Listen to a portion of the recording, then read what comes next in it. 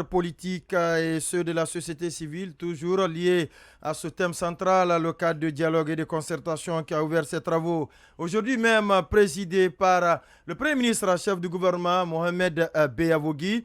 Et avant d'aller avec ces acteurs sociopolitiques, on va faire lecture de quelques messages également. Je reviens de dire que dans le combat des grands, c'est la finalité qui compte. Le RPG sera à s'écouter avec pour président Dr Ibrahima Kassouri Fofana après la transition. C'est noté et bien cela, Diakité.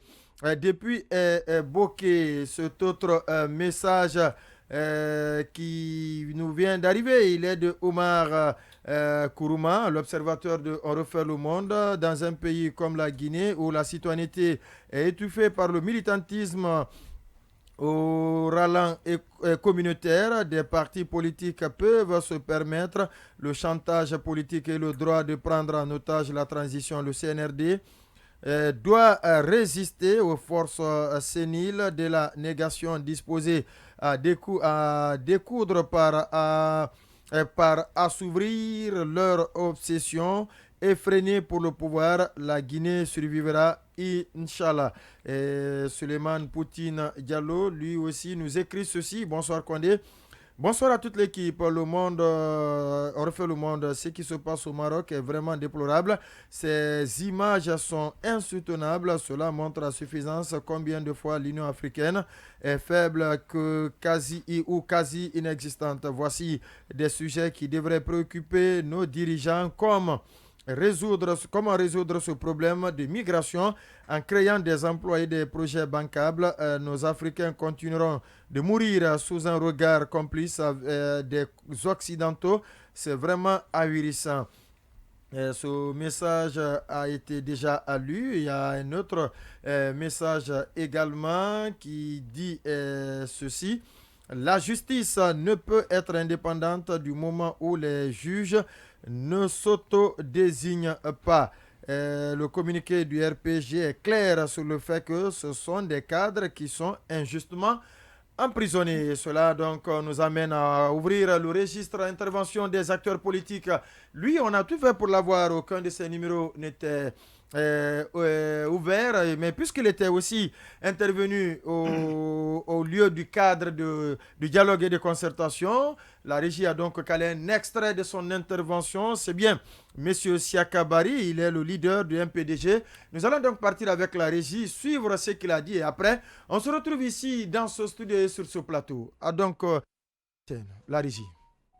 Tous les acteurs politiques ou administratifs qui ont eu un jour à gérer les deniers publics doivent se soumettre à la reddition des comptes. Cela est une nécessité.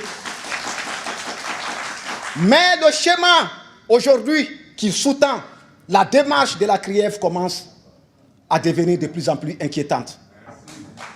Or, Monsieur le Premier ministre, il a été dit deux choses ici, par l'orateur d'abord, par vous, Monsieur le Premier ministre, vous-même, lorsque l'orateur a dit que nous voulons avancer ensemble pour écrire l'histoire. Vous avez enchaîné en disant que notre objectif, c'est de bâtir une Guinée paisible. Dans le mot paisible, vous avez le mot paix. Comment allons-nous bâtir une Guinée de paix si les principaux acteurs politiques aujourd'hui sont inquiétés sur une base politique? Ce n'est pas possible. Allons dans une démarche inclusive. Jamais au cours de l'histoire de la Guinée, nous n'avons enregistré autant de méfiance et de suspicion entre les acteurs politiques. Jamais.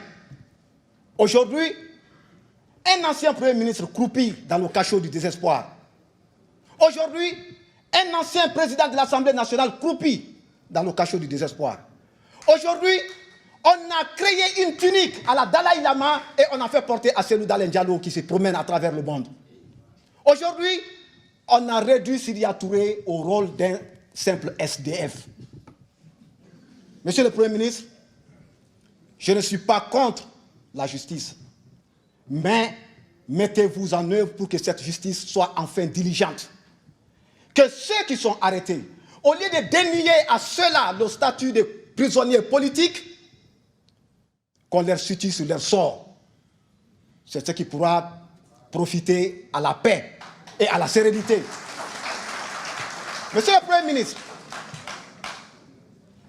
on a toujours dénié que Ibrahima Kassori Fofana n'est pas un prisonnier politique.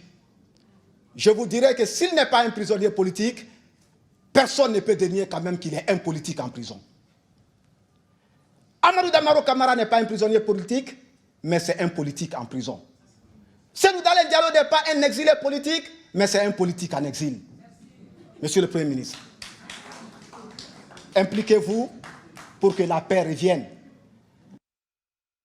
L'actualité sociopolitique décryptée à chaud avec nos spécialistes maison. À l'instant, Siaka Bari, ancien ministre de la Culture et actuel président du MPDG, qui estime que depuis que la Guinée est Guinée, jamais on a enregistré autant de méfiance et de suspicions dans notre pays. Est-ce que, Cheikh, qu'est-ce que ce propos vous inspire, Cheikh Sadibou? Oui, mais ça se voit, hein, parce que depuis que on a connu la Guinée avec les transitions qu'on a vécues, on n'a jamais vu un Premier ministre quand même en prison. Tous ces politiques aujourd'hui qui sont en train de croupir en prison, comme il a dit tout à l'heure, le Premier ministre, le président de l'Assemblée nationale, l'ancien ministre de la Défense et autres ministres qui sont en train aujourd'hui de galérer à la maison centrale. Je pense que ce qu'il a dit, à moins qu'on ne se répète, ça a été toujours dit. Et tout à l'heure même, d'ailleurs, on l'a évoqué, parlant du cas de ceux qui sont détenus en prison. On ne peut pas quand même appeler à un dialogue alors que les gens sont en prison. On ne peut pas appeler à un dialogue, comme il l'a dit, pendant que c'est lui Dalein Diallo qui, qu'on l'aime ou qu'on ne l'aime pas, nous savons quand même tous que lorsqu'on parle de poids politique, il pèse et il a son mot à dire pendant qu'il est en train, eh bien aujourd'hui, d'être entre les continents, France, États-Unis, entre deux avions, parce qu'il est menacé. S'il vient, ils vont l'arrêter. Il est obligé donc de laisser en attendant de voir clair. S'il y a Touré, je pense que ce sont des cas probants.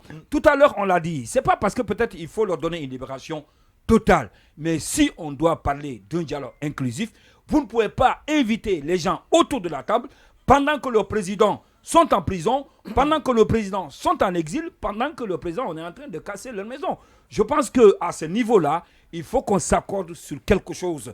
Je parle de quelque chose par rapport à la transition apaisée, par rapport à la transition réussie. Alors, tout ce qu'on va dire ici, c'est des choses qui ont été déjà dites. Et si on veut faire des pas de géant pour avancer et aller dans l'optique dans ce sens-là, il faudrait qu'on pense à la libération de ceux qui sont détenus. Il faudrait qu'on pense à une justice équitable, justice pour tout le monde, pour ne pas que ce soit une justice téléguidée.